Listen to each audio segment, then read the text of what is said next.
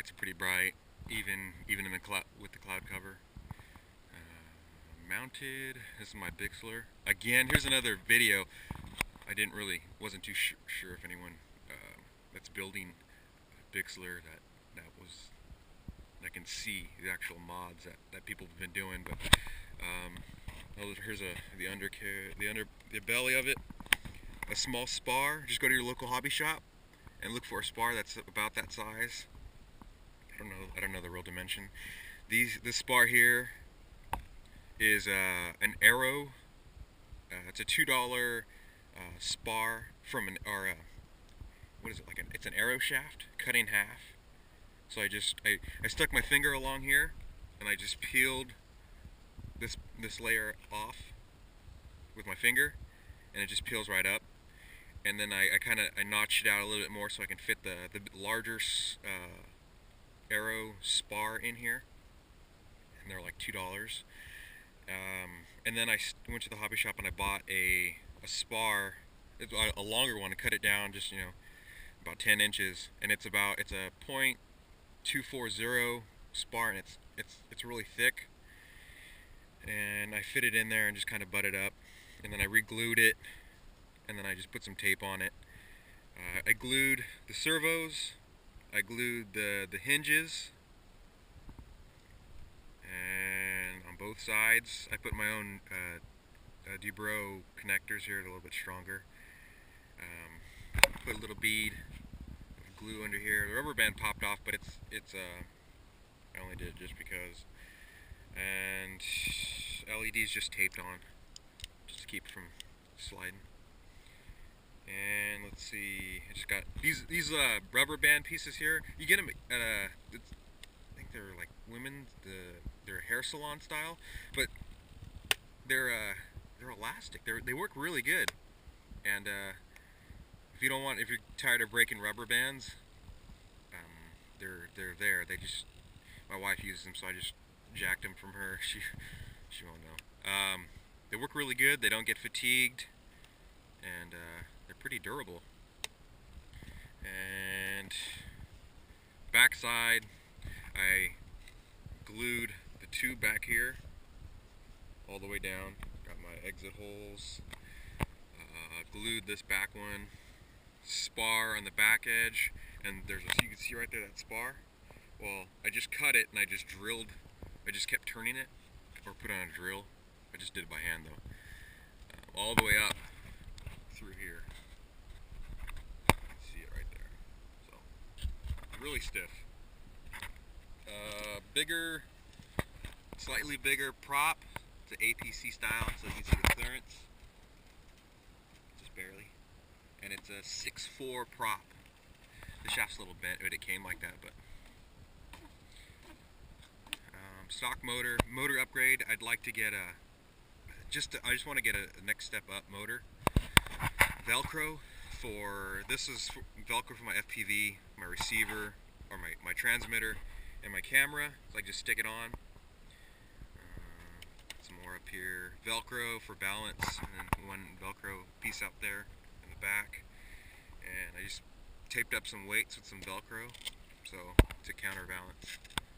Just put it back there. Put a little tape, a little bit of hot glue, just because some of them look like they're messing up, little cracks. A little tape. I taped this whole section of the wing with clear packaging tape. This whole piece right here, on both sides. And I think I ran some on the bottom, some reinforcement tape on the bottom wing. Let's see it again. Right here, you see it? And then it's the one with the nylon in there, just to keep it from breaking off. Here and then here, and then here too, just to reinforce it a little bit. And then tape all the way down. I keep forgetting all this stuff on my other video. Tape all the way down, and then tape up top right here after, because my plane was the ARF motor servos, and it came in two pieces. So what I did, I had to glue everything back together. So there's hot glue here. Tape here along this part here, just to beefing it up a little bit. And tape, I X'd it all the way through here with the belly tape, and it's just to keep it from cracking off. And so I haven't had a problem with it. You can see my other video of it crashing way out there, and I don't know the height. The height was deep, or actually it was just way up there. And only thing that happened to it was a little crack here, and the bent nose. That was it. Battery survived. This is the battery that was in there, so I put some cushion there. Still, nothing happened to it. So it runs. You can do 2-cell or 2200, 3-cell, or you can get the 2600, or you can put it bigger. The payload's awesome for it. I mean, this little plane can hold it. 26 only because I had some, and it seems to work. 3-cell works good. And my GoPro is mounted right here. A little cheap mount. Servos are all stock. I'm going to get some Metal Gear ones just to beefing them up. And the receiver is way back here. And again, I got these servo extensions. This is just a cheap plane, don't worry about it. Servo extensions. And what I did is I grabbed 5 of them for the gear too. And I put shrink wrap. And I tucked them all, made them all fit. And it's shrink wrapped all the way down here, all the way to the front, with my receiver back here. And I just loosely put it in there, and I can just go ahead and like if I need to change the receiver or something happens, I can just slide it all the way out, and it comes out. So really easy.